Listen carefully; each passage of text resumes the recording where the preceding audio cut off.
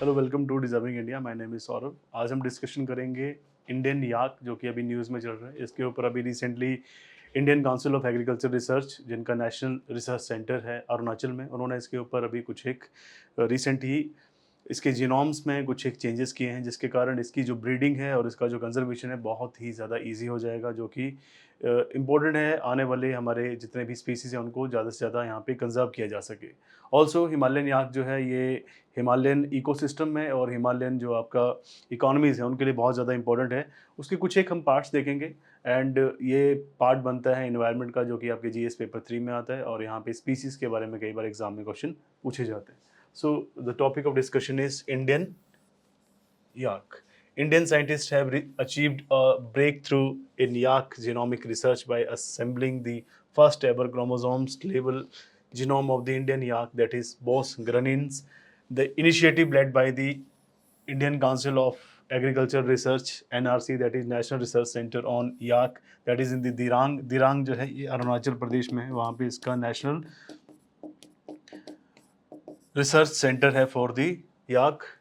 It will bolster breeding programs and improve conservation of this high altitude livestock species. Simple Indian yak जो है अभी recently भारतीय वैज्ञानिकों ने, इंडियन साइंटिस्ट ने इसके ऊपर एक बहुत ही ज़्यादा ब्रेक थ्रू अचीवमेंट किया है। दैट इज़ इन्होंने इसके याक के जो जीनोमिक सीक्वेंसेस हैं इसके ऊपर इन्होंने अभी रिसर्च की है और first ever chromosome level genome जो है इंडियन याक का, उसको यहाँ पे इन्होंने असेंबल किया है। तो यहाँ पे असेंबलिंग की गई है, that is of first ever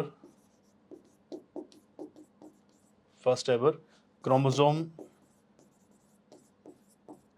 level genome of Indian yak.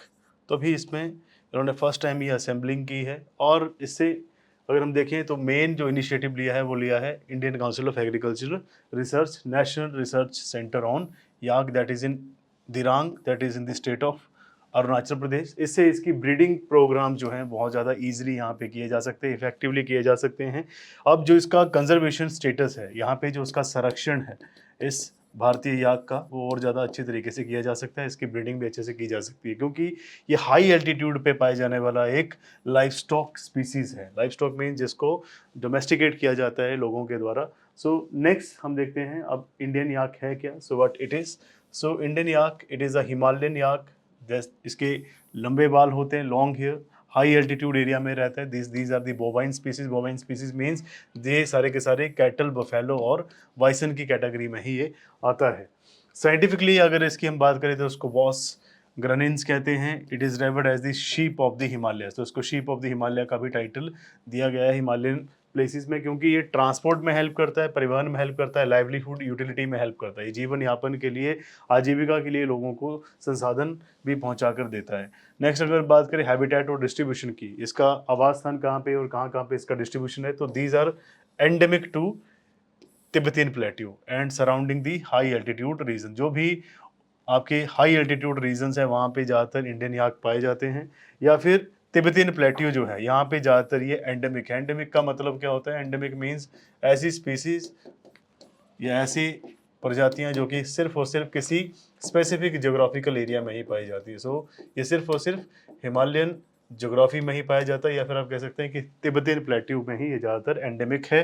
Comfortable at altitudes above 14,000 feet. तो अगर हम बात करें इंडियन याक की, तो ये 14,000 फीट से अधिक ऊंचाई तक जो है वहाँ पे ये सर्वाइव कर सकता है। इन इंडिया याक्स आर रेयर्ड इन। भारत में याक को कहाँ कहाँ पे पाला जाता है, कहाँ कहाँ पर इनका डोमेस्टिकेशन किया जाता है। तो फर्स्ट है अरुणाचल प्रदेश में इसको पाला जाता है, सिक्किम, उत्तराखंड, हिमाचल प्रदेश, जम्मू कश्मीर एंड लद्दाख। सो ये मेन रीजंस हैं भारत के जहाँ पे इनको लोग रेयर करते हैं, या फिर इनका एक तरह से पशुपालन की तरह इनका भी यहाँ पे रख रखाव किया जाता है। अगर हम की फीचर्स की बात करें, मेन विशेषताएं क्या हैं भारतीय याक की, तो फर्स्ट क्या है, that is extreme cold resistance, tolerates temperature as low as 40 degree Celsius. तो अगर हम बात करें टेम्परेचर रेंज की, तो यहाँ पे ये एक्सट्रीम ठंडे क्षेत्रों में भी रह सकता है। ये टेम्परेचर लगभग -40 डिग्री से भी नीचे का टेम्परेचर जो है उसको ये एकदम से वहाँ पे ये सहन कर सकता है और वहाँ पे ये ईजिली सर्वाइव कर सकता है, अडेप्ट कर सकता है। अडेप्टिव फिजियोलॉजी, ये लार्ज एंड लार्ज ह्यूमंस हैं जो कि लो क्वालिटी का फॉरेस्ट भी खा सकते हैं, मतलब यहाँ पे लो क्वालिटी का भी यहाँ पे अगर चारा मिलता है तब वहाँ पे भी वे इफेक्टिवली प्रभावशाली तरीके से उसको यहाँ पे डाइजेस्ट कर सकते हैं और सर्वाइव कर सकते हैं। थिक कोट, इनकी जो स्किन है वो काफ़ी थिक रहती है। लॉन्ग हैंगिंग, यहाँ पे आपको इनके बाल देखने को मिलेंगे। अब ये जो बड़े बाल हैं, जो फर लाइक यहाँ पे इनके स्किन के ऊपर बाल हैं, ये इनको इंसुलेटिंग लेयर देते हैं कोल्ड विंड से बचाने के लिए, ठंडी हवाओं से बचाने के लिए इनको हेल्प करते हैं। Next, transhumance rearing. Transhuman rearing का सिंपल सा मीनिंग होता है कि जैसे शुरुआती तरीके से जो परंपरागत तरीके से लोग पहले, जैसे नोमैडिक सिस्टम में घुमंतू जैसे लोग होते थे पहले, उसी तरह से इनको अभी भी पाला जाता है और इनको ट्रेडिशनल तरीके से ही यहाँ पे परंपरागत तरीके से ही इनका मैनेजमेंट किया जाता है। Life line of nomads, simply ये लोगों की जीवन शैली के लिए बहुत इंपॉर्टेंट है, उनके जीवन यापन के लिए बहुत ज़्यादा ज़रूरी है, या क्योंकि ये -40 डिग्री सेल्सियस में भी वहाँ पे सर्वाइव कर सकता है। लोगों को ये एक तरह से मिल्क का भी रिसोर्स है, मीट का रिसोर्स है, ऊन का रिसोर्स है, हाइड का रिसोर्स है, और ऑल्सो ये इसके जो डंग है, इसका जो गोबर है, उसे भी लोग यूज़ करते हैं फ्यूल की तरह आग जलाने के लिए, और ट्रांसपोर्ट के लिए भी इसको यूज़ किया जाता है। सो ओवरऑल अगर हम देखें तो बहुत सारे इसके की फीचर्स हैं हिमालयन इकोनॉमीज़ को सर्वाइव करवाने के लिए।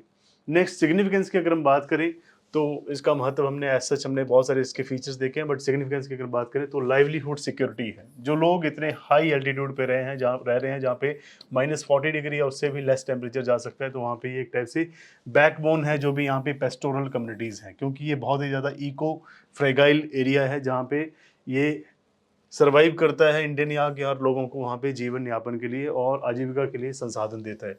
जेनेटिक रिसोर्स, ये ऑफर करता है cold resilience and disease resistance, vital for climate smart livestock breeding. तो अगर हम बात कर रहे हैं जिनोमिक एक्टिविटीज़ की, तो क्योंकि इसमें जेनेटिक तरीके से ठंडे इन्वायरमेंट में रहने की एक क्षमता है, ये डिजीज़ को रेजिस्ट कर सकता है, और क्लाइमेट स्मार्ट लाइवस्टॉक ब्रीडिंग भी यहाँ से इसके थ्रू की जा सकती है। थर्ड, इकोनॉमिक इंपॉर्टेंस भी है इसका, क्योंकि इको टूरिज्म को सपोर्ट करने के लिए, डेयरी कोऑपरेटिव्स को सपोर्ट करने के लिए, और जो वूल इंडस्ट्री है हिमालयन रीजन में, उसको भी ये प्रमोट करता है। And the fourth is ecological role, integral to maintaining grassland balance and pastoral sustainability in the alpine meadows. तो अल्पाइन मीडोज जहाँ पे भी हैं वहाँ पे ये ग्रासलैंड को बैलेंस रखने का काम करता था, कि वो जो ग्रासलैंड है वो प्रॉपर वहाँ पे ज़्यादा बड़ी घास है या बड़ी वहाँ पे बुशेस या फिर ऐसी कोई चीज़ें ग्रो ना कर सके। ये पेस्टोरल कम्युनिटी के लिए सस्टेनेबल भी है, क्योंकि इसके ऊपर खर्चा बहुत कम आता है, और ये अल्पाइन मीडोज को भी बचाने में हेल्प करता है। So this whole article was regarding Indian yak, जो कि स्पीसीज के पार्ट में आता है, जो कि एनवायरमेंट इकोलॉजी का पार्ट है जीएस पेपर 3 का। सो ऐसी और इन्फॉर्मेटिव वीडियोज़ के लिए आप हमारे साथ जुड़े रहें। Thank you so much.